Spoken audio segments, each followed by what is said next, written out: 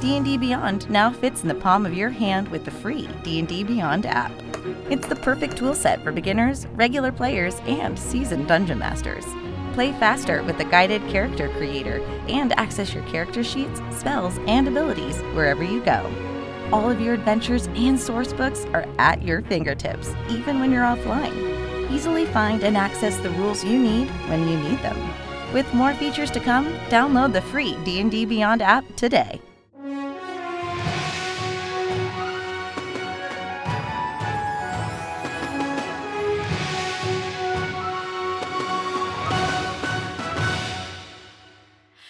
Welcome back to D&D Beyond. We here at D&D Beyond are all eagerly packing our bags right now for the Wild Beyond the Witchlight. And today we're going to talk about a few things you might find there.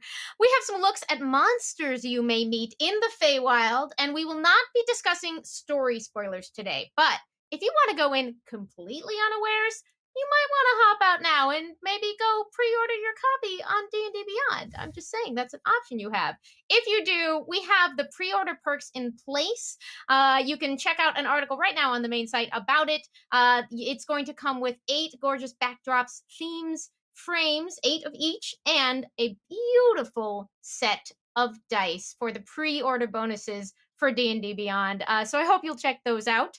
But here to share a look at some of the intriguing creatures you might come across when you journey into the Feywild, please welcome back Jeremy Blum. How you doing? Doing great. Glad to be back. So we are going to talk through today 2 of the types of creatures that you might run across in the Feywild, and you wrote up some wonderful previews on them for us on the D&D Beyond site. So let's jump right into it because I have a personal stake in this. I am delighted to say that in your journey into the Feywild, you might encounter the legendary Jabberwock. Yeah, the Jabberwock is a particularly interesting monster and a favorite of mine. Also, it comes from Alice in Wonderland, or actually Through the Looking Glass, the sequel to Alice in Wonderland, the 1871 poem Jabberwocky by Lewis Carroll. And this is a creature that I think I first became aware of from like the Mad Hatter in DC Comics, which you can probably appreciate, Amy. It's Yes. it's this strange, crazy, burbling green dragon. I mean, it's not really like a dragon as we might think of in the traditional D&D sense. It really is kind of an otherworldly beast, and it's got these bulbous eyes and this warble that echoes throughout the forest. And it really reminds me of kind of strange, cryptic creatures like the Jersey Devil, or weird things that you might hear urban legends about. It's got that kind of flavor to it. And I think its abilities really kind of tie into that as well, because they're a little bit like a traditional dragon, but they're also completely strange. And we will get into that. Let's talk a little bit more about where it comes from. And okay, full disclosure, you know those like memes that go around where it's like, what's a childhood detail that's maybe a little bit too revealing about who you grew up into? I think in my case, like it's one of those. I probably should have known that I was always going to kind of overdo everything because in first grade in elementary school, we had a little class assignment to stand up and recite a poem, and everybody's doing Shel Silverstein, who is a genius because they're like 4 lines long. And I was like, you know what? Jabberwocky, let's do this.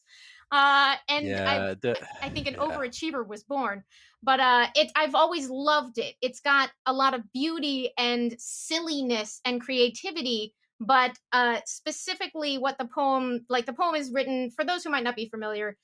It's written with intentional nonsense words. So the effect of reading the poem is that you feel like you should know what they mean, but you literally can't because they are not real words. But they sort of evoke a feeling. So it makes sense that it should be slippery to hold on to what the Jabberwock is. It should be slightly confusing. And what could be more Feywild than this? I can definitely tell that you are a manxome foe, but I don't know what manxome means. I just know I should beware. Yeah, it's a really interesting poem. I mean, it's vaguely about a knight that goes off to kill this dragon called the Jabberwock, but the way it's described is really imaginative. It's because of all nonsense words. It's like the Jabberwock with eyes of flame came whiffling through the tulgey wood and burbled as it came. And then you have a lot of these words that have now become just regular vernacular and also terms commonly used in role-playing games. Like this is where the Vorpal sword came from, because the knight uses a Vorpal sword to decapitate the Jabberwock, where it goes 1 2 1 2, and through the Vorpal blade went snicker snack. He left it dead, and with its head he went galumphing back. And so Vorpal has never been defined by Lewis Carroll. He's said, I don't know what this means, but there you go. It's a Vorpal blade. And galumphing, like that's also a made up word, but you get the sense of, a knight fighting a crazy beast and then cutting off its head with this blade and then grabbing it and then riding back like, Geralt from The Witcher with, the head on his horse. And it's a really amazing thing that half of the poem is made up words that were so good that they've just now entered the English language. And you feel like you know what it meant, which means the idea of like definitely a knight fought a dragon, but the details are very sketchy. And again, what could be more Feywild than that? But it doesn't just have a literary history, right? This is not the Jabberwock's first appearance in the world of Dungeons and Dragons. Yeah, the Jabberwock showed up in second edition. I believe it was the Monstrous Compendium Annual, the third volume. And a lot of its abilities in that second edition rendition have been carried over to fifth edition, but in between 2E and 5E, the Jabberwock has been gone. It showed up in other fantasy games, but really this is kind of the Jabberwock's triumphant return to D&D, and very perfectly timed because it is very much a Feywild seeming kind of creature. Okay, so let's talk a little bit more about those features, how they interpreted the source material in terms of game features, because I think they're very clever and exciting and a little scary as a player, gonna say. Yeah, so the first one that's really interesting is the Jabberwock has a whole ability called confusing burble, which is just that it mumbles to itself unless it's incapacitated. And if you start your turn within 30 feet of the Jabberwocky, you got to make a DC 18 Charisma saving throw. If you fail, you cannot take reactions until the start of your next turn. And then you roll a d4 to determine what you do. You can end up doing nothing. You can end up attacking a friend. You can end up moving in a random direction. I mean, this is essentially confusing the player, causing them to waste a turn, and really, really annoying. And it comes from the lines in the poem where the Jabberwock is just heard mumbling to itself in the woods, making this kind of shrill, high-pitched, just burbling that echoes through the forest and echoes through the trees. And so just imagine, this is why I say it really feels like kind of like almost like a horror movie, like urban legend sort of thing, because imagine just wandering through the woods and all you hear are the whispers and the mumbles of something that gets louder and louder and louder. Then you enter into a grove and boom, it's the Jabberwock in your face. And it also, so it's a pretty hefty creature. It's got legendary actions. Yeah, it's got Was there legendary anything actions that also. jumped out at you about that, or? So yeah, it's got its legendary attacks. It's got a tail attack. It's got a rend attack. It's got a wing attack, which is really its only attack that um, is designed to, which is really its only kind of like area of effect attack. It has another fiery gaze one where it basically shoots laser beams from its eyes, similar to a dragon's breath weapon, except instead of coming out in a cone, it comes out in a straight line for 120 feet. So very potent attacks, and once again, kind of similar to a regular dragon. But the interesting thing is that in the lore that Wild Beyond the Witchlight gives us, and this is carried over from second edition, it talks about how the Jabberwock is essentially obsessed with a single target. Most D&D monsters, they tend to fight logically. They might focus on someone, but if someone else comes in and attack it, they'll switch to the new attacker. The Jabberwock just has this tendency to pick someone and keep on attacking that person until that person is dead. Which can be really, really, really frightful when you guys are up against this, because the players will be like, "Why is he still on me? Like, why doesn't he attack someone else?" And suddenly, boom, you're making death saving throws. The Jabberwock is still up on you, and then finally it might turn to someone else. So, all of these attacks are really, really potent when concentrated on a single player. And then, of course, if a whole bunch of people are ganging up on the Jabberwock, maybe it'll use its legendary wing attack to knock them backwards before continuing to focus on just curb stomping that one guy. So yeah, it kind of defies logic in the way that it just laser points on a single target. Which sort of enhances the nightmare quality of it as well, sort of that singular focus in addition to its other terrifying qualities. Um, Yeah, absolutely. what advice would you have for folks who might want to run the Jabberwock? So I would definitely emphasize the, focus on a single target thing. Like make your players be like, what is going on here? Why is this creature so hyper fixated on me? In the article that I wrote, there was we decided to throw in a line saying like, oh, you could even, roll a random die before the Jabberwock comes onto the fray. Who is going to be the randomly chosen player that the Jabberwock will fixate on?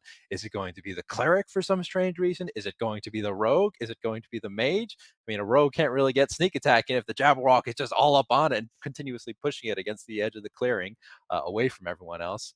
So that's probably what I would do to emphasize it's just bizarre, hyper fixated nature. And then of course it's got regeneration.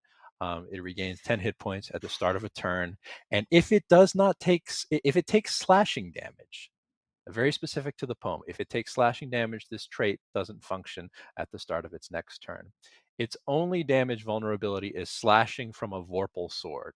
So I feel like any DM who wants to throw a Jabberwock into their game, you got to put a Vorpal sword in there. You can call the Vorpal sword, a snicker snack, or you can use some other crazy word from the poem, but definitely put a Vorpal sword in there, or hint that, hey, maybe your characters might need slashing damage, or don't actually, because damage types you know are not quite as common in fifth edition. You might have a party that mostly deals bludgeoning or piercing damage. Maybe your party is spellcasters and monks, and then suddenly they're up against a Jabberwock and it's just regaining HP every single turn. They better go find that Vorpal sword hidden in the woods somewhere in order to stand a chance against this thing.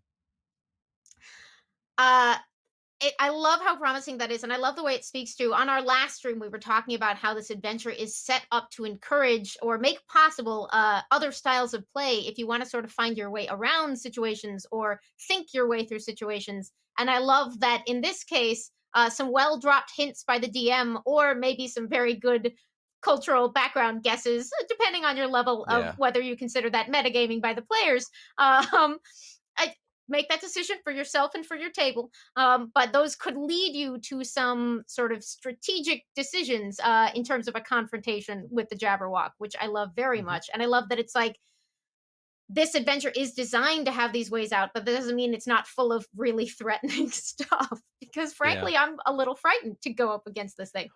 One last really interesting thing is that it does have this uncanny tracker ability where it knows the location of anyone that wounded it in the last 24 hours. It knows exactly where you are, and it will follow you, with that same, hyper fixated bloodlust. And so if you fight the Jabberwock, if your players leave and escape to go get the Vorpal sword, and they're, chilling in an inn somewhere after having acquired the Vorpal sword, suddenly you hear that warbling at the window, and then you turn and look, and it's the Jabberwock right there, and it's just nightmare fuel. So I I can't wait honestly to meet one of these or make my players meet one of these. And I believe you also, if you could tease it for us, you had some adventure idea in your article for how you might bring the Jabberwock into play. Yeah, the adventure idea I had, I created this hook called the Dark Depths of Mistmash Wood, and the idea is that you have a strange forest located near a village named Tulgay, which is a reference to the poem, the Tulgay Wood. And so this forest is obscured by a thick mist, and I kind of imagined it like the Lost Woods and the Legend of Zelda series, where it's like a maze, and you wander around, and you're not really sure where to go because everything is covered and subdued in fog, and you hear the laughter of fey beasts from the darkness because it's near a fey crossing. Okay, and all the locals were like, "We don't go in there. Stay away from that place." The closest we'll get is near the outskirts where they might collect flowers to brew healing potions. Okay, and rumor has it that there is a Jabberwock somewhere in the woods because the people that do venture and come back, dazed and confused and muttering about a gigantic beast with bulbous eyes. Um, so then a group of adventurers happens to ignore all the local townspeople's advice, and they're led by this so-called expert on Jabberwockies, Alice Humphrey, who's got a Vorpal sword with her. They march into the wood, and they don't come back. And normally the villagers would not really care except for the fact that in Alice Humphrey's party was the estranged son of the town mayor. And so, of course, the mayor is sad about his kid and wants somebody to go in there and try to find news of his child. And so here's where the players come in. Will they talk with the townspeople first to get all the local lore on the Jabberwock and this strange mismatched wood? Will they just dive in and try to find this, you know, uh, this Jabberwock or the last adventuring party that came before them? Will they find the Vorpal sword? Are the previous adventurers alive or dead? It's a great adventuring hook, I think. Absolutely. And I love the way I love these things because obviously the Wild Beyond the Witchlight is a specific adventure with its own way that these things may or may not come into play, but it's also a D&D book, which means it's full of stuff that you can just grab and rearrange and use at your table, which is part of the fun of dipping into each of these new adventures. So thank you so much for that wonderful sneak peek at the Jabberwock with Eyes of Flame, coming to a table near you potentially soon in the Wild Beyond the Witchlight. You can check out more info in the article that Jeremy wrote for us on dndbeyond.com. And of course, you can pre-order your copy of The Wild Beyond the Witchlight right now and get a bunch of those pre-order parts that we have lined up. And there is a special code if you are a D&D Beyond subscriber that you might check your email. It might already be there, or you might, or it'll go out again and reach out to customer service for it. There's a special code for a discount on the Beadle and Grimm's beautiful editions of Wild Beyond the Witchlight for D&D Beyond subscribers. I'm very excited to add that too. We got to talk to Justice Armand last week. Yeah, we're just very excited for all of this. And there was one more thing. I have a recommendation if you want to dive deeper into Lewis Carroll. His works are available at Project Gutenberg, the excellent website, which is a home to public domain free texts. They're very fun. So that takes care. Let me think. I feel like there was something I was going to add for the Jabberwock other than just wanting to talk about it forever. Oh, it was that I was just going to note that the art is really gorgeous. Yeah. So maybe not the most important talking point, but I can't leave it behind without complimenting this really, truly incredible illustration of the Jabberwock that you'll find in the Wild Beyond the Witchlight. Thank you very much to those wonderful artists.